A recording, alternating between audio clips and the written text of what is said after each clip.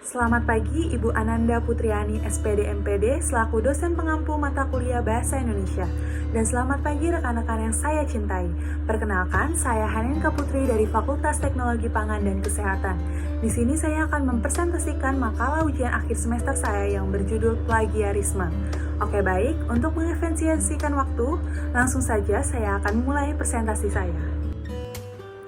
Oke, pertama-tama latar belakang dari makalah ini ialah pada saat ini merupakan saat yang tepat untuk mensosialisasikan upaya pencegahan dan penanggulangan dari plagiarisme, sekaligus menjelaskan sanksi dan hukuman bagi pelaku plagiat. Dan kegiatan ini merupakan salah satu upaya untuk meningkatkan kualitas pendidikan. Dan makalah ini juga bertujuan untuk memberikan penjelasan tentang plagiarisme, cara mencegah dan menanggulangi, termasuk tentang sanksi dan hukuman bagi pelaku plagiat, sesuai dengan ketentuan Kementerian Pendidikan Nasional Republik Indonesia. Dan adapun rumusan masalahnya ialah, yang pertama apa saja pengertian dari plagiarisme, yang kedua ialah apa faktor dari seseorang melakukan tindakan plagiarisme, yang ketiga bagaimana upaya dalam mencegah tindakan plagiarisme, dan yang terakhir ialah bagaimana sanksi dan hukuman bagi plagiator. Baik, selanjutnya saya akan menjelaskan definisi dari plagiarisme menurut Permendiknas nomor 17 tahun 2010, yaitu perbuatan secara sengaja ataupun tidak sengaja dalam memperoleh atau mencoba memperoleh angka kredit atau nilai untuk sesuatu karya ilmiah dengan mengutip sebagian atau seluruh karya ilmiah pihak yang diakui sebagai karya ilmiahnya tanpa menyatakan sumber secara tepat dan memadai. Nah, sedangkan menurut KBBI sendiri, plagiarisme ialah penjiplakan yang melanggar hak cipta. Setelah mengetahui definisi dari plagiarisme, selanjutnya saya akan menjelaskan tipe-tipe plagiarisme. Jadi, menurut Sulistyo tahun 2011, ada beberapa tipe plagiarisme. Yang pertama, plagiarisme kata demi kata, atau di sini penulis menggunakan kata-kata penulis lain yang persis tanpa menyebutkan sumbernya. Yang kedua, plagiarisme atas sumber, yaitu penulis menggunakan gagasan orang lain tanpa memberikan pengakuan yang cukup. Jadi tanpa menyebutkan sumbernya itu secara jelas. Yang ketiga, plagiarisme kepengarangan. Di sini penulis mengakui sebagai pengarang karya tulis karya orang lain. Yang terakhir atau yang keempat ialah self plagiarisme, atau di sini termasuk dalam tipe ini adalah penulis mempublikasikan satu artikel pada lebih dari satu redaksi publikasi dan mendaur ulang karya tulis atau karya ilmiahnya. Yang penting dalam self plagiarisme ini ialah bahwa ketika mengambil karya sendiri, maka ciptaan karya baru yang dihasilkan harus memiliki perubahan yang berarti. Artinya, karya lama merupakan bagian kecil dari karya baru yang benar-benar penulis tuangkan pada karya tulis yang menggunakan karya lama. Selanjutnya ialah faktor-faktor seseorang melakukan plagiarisme. Jadi ada beberapa alasan pemicu atau faktor pendorong terjadinya tindakan plagiat. Yaitu yang pertama, terbatasnya waktu untuk menyelesaikan tugas atau sebuah karya ilmiah yang menjadi beban tanggung jawab seseorang sehingga terdorong untuk copy paste atas karya orang lain. Yang kedua ialah rendahnya minat baca dan minat melakukan analisis terhadap sumber referensi yang dimiliki. Yang ketiga ialah kurangnya pemahaman tentang kapan dan bagaimana harus melakukan kutipan. Yang keempat ialah kurangnya perhatian dari guru, dosen, dan pembimbing akademik terhadap persoalan plagiarisme ini.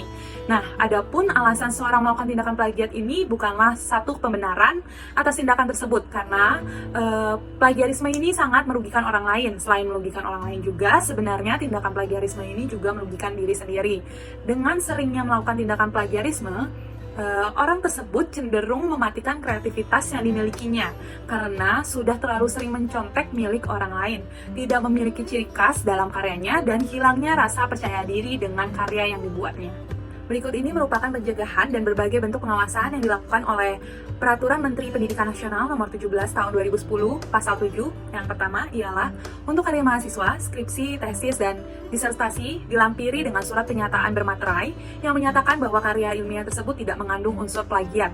Yang kedua ialah pemimpin atau pimpinan perguruan tinggi berkewajiban mengunggah semua karya ilmiah yang dihasilkan di lingkungan perguruan tingginya, seperti portal Garuda atau portal lainnya yang ditetapkan oleh Direktorat Pendidikan Tinggi. Yang ketiga ialah terkait dengan Undang-Undang Nomor 19 Tahun 2002 tentang Hak Cipta dan Peraturan Menteri Pendidikan Nasional Nomor 17 Tahun 2010 kepada seluruh masyarakat Indonesia, terlebih bagian akademis. Nah, berikut ini adalah langkah-langkah menghindari plagiarisme dalam tulisan ilmiah. Menurut Gametekno tahun 2015, yaitu yang pertama, sertakan sitasi. Ketika seseorang menggunakan gagasan, informasi, pun opini yang bukan buah pikiran sendiri, sitasi adalah sebuah keharusan. Yang kedua ialah catat berbagai sumber daftar pustaka sejak awal. Yang ketiga, lakukan parafrase.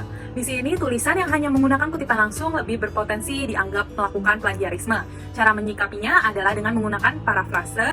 Yang keempat ialah lakukan interpretasi. Jadi, untuk memperkuat gagasan yang disampaikan, terkadang ada pendapat yang harus dijadikan bahan pembanding atau dipinjam. Dalam hal ini, bisa jadi analisanya terlalu rumit, maupun butuh interpretasi tambahan, dan interpretasi ini dilakukan separuhnya. Yang kelima, bisa juga dengan menggunakan aplikasi anti plagiarisme. Selanjutnya, sanksi plagiarisme.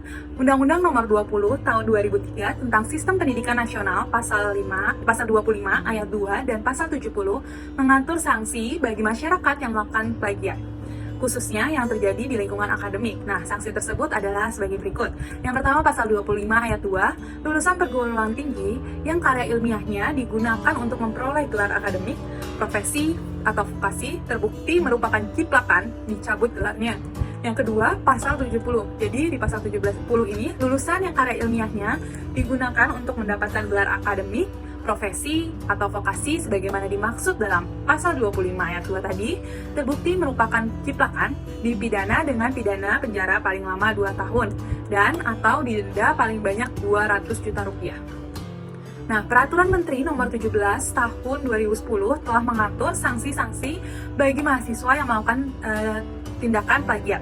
Jika terbukti melakukan plagiasi, maka seseorang mahasiswa akan memperoleh sanksi yang pertama, teguran. Yang kedua, peringatan tertulis. Yang ketiga, penundaan pemberian sebagian hak mahasiswa.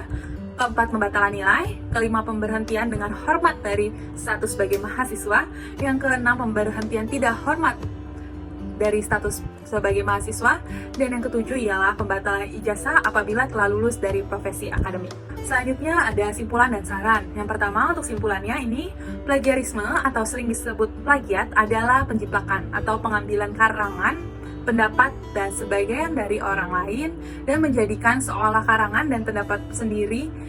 Plagiat ini dapat dianggap sebagai tindakan pidana karena mencuri hak cipta orang lain. Di dunia pendidikan, pelaku plagiarisme dapat mendapatkan hukuman berat, seperti dikeluarkan dari sekolah atau universitas. Pelaku plagiat itu disebut plagiarisme, dan plagiarisme ini menjadi sebuah problematika sosial yang paling dikhawatirkan pada akademis.